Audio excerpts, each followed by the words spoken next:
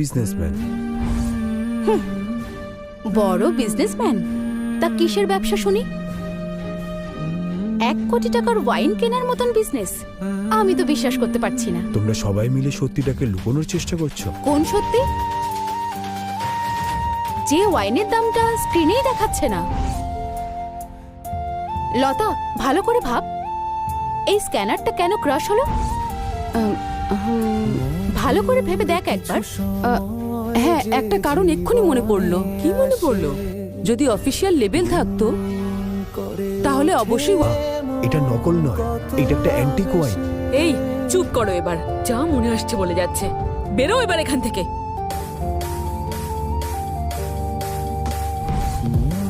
সত্যিও এমনটা করবে আমরা ভাবিনি। 1 মিনিট স্নেহা ম্যাম, আমি কি একবার এই ওয়াইনটা পরীক্ষা করে দেখতে পারি? কেন, কি হয়েছে?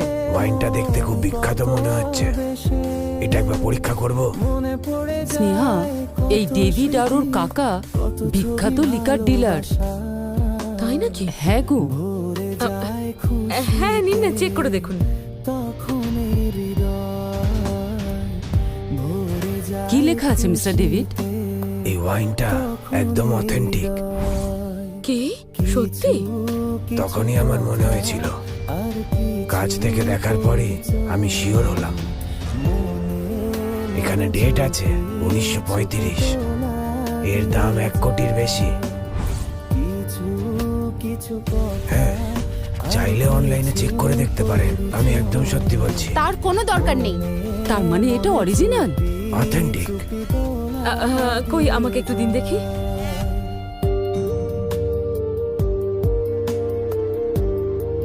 রাঘব, এটা অরিজিনাল তো? হ্যাঁ বাবা, রেবান্ত এটা অনেক খুঁজে খুঁজে নিয়ে এসেছে। আমি তো কিছু বুঝতে পারছি না। 1 মিনিট, এখানে দেখুন। ছবিতে ওয়াইনের বোতলটা গোল্ড কালারের কভারে ঢাকা ছিল, কিন্তু তুই যেটা এনেছিস তাতে রেড কভার লাগানো। আমি জানতাম ওটা নিশ্চয়ই নকল। প্যাকেজিং এর সময় বোতলটা ভারী ছিল, তাই বক্সটা ব্যবহার করিনি। দেখুন সবাই কিভাবে অভিনয় করছে। তুমি খুব ভালো মিথ্যে বলো তো। তোমাকে দেখলে না, ছি, কি মিথ্যে কথা বলছে। আর কতবার তুমি এরকম মিথ্যে কথা বলবে? রাখো, তোর জন্য কিন্তু আমাদের অনেক সম্মান নষ্ট হয়েছে। ভালো মানুষের মতন ভান করো না তুমি। তুমি আসলে কোনো কাজেরই নও। মা, আমি একদমই তোমাদের মিথ্যে বলিনি। 1 মিনিট দাঁড়ান, এটা আসল কিনা নকল তা জানার একটা উপায় আছে। আমার এক কাজিন এই শহরে এসেছেন, তাকে যদি ওয়াইনটা চেখে দেখতে বলি, ও সহজেই বলে দিতে পারবে। ও কি সঠিক বলতে পারবে? মেঘনা, ও ওয়াইন তৈরির একজন বড় ওস্তাদ।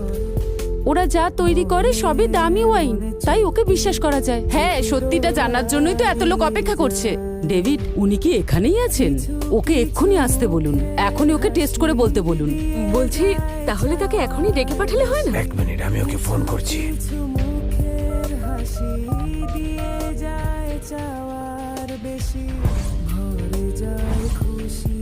হ্যালো রাজু।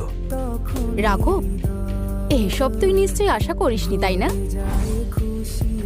ও এলেই সত্যিটা জানা যাবে। আর হাঁটু গেড়ে বসে ক্ষমা চাওয়ার জন্য তৈরি থাক।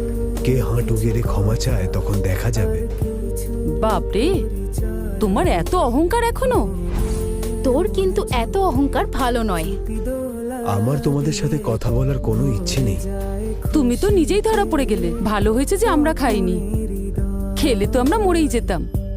আর তাছাড়া বাবার কাছেও ক্ষমা চাওয়ার জন্য তৈরি থাক। একদম ঠিক বলেছিস তুই। পারলে বাবার কাছে ক্ষমা চেয়ে নাও।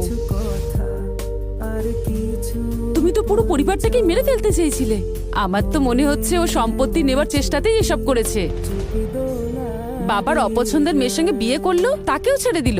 এবার পরিষ্কার বুঝতে পারছি ও এখানে কেন এসেছে। এখানে টাকা উচিতই হয়নি, এই পরিবারটাকে ভাঙতে চাইছে। আমার তো মনে হয় ও এই পরিবারটাকে ভাঙার জন্য খুব চেষ্টা করছে। ও রাঘব, তাহলে এত বছর পর তুই প্রতিশোধ নিতে এসেছিস? না, বাবা ডেকেছিলেন, আমি তাই এসেছি। রাঘব, সবকিছু নিয়ে তুই এখান থেকে চলে যা বাবা। বাবা, আপনিও আমাকে বিশ্বাস করছেন না? এরকমটা নয় বাবা।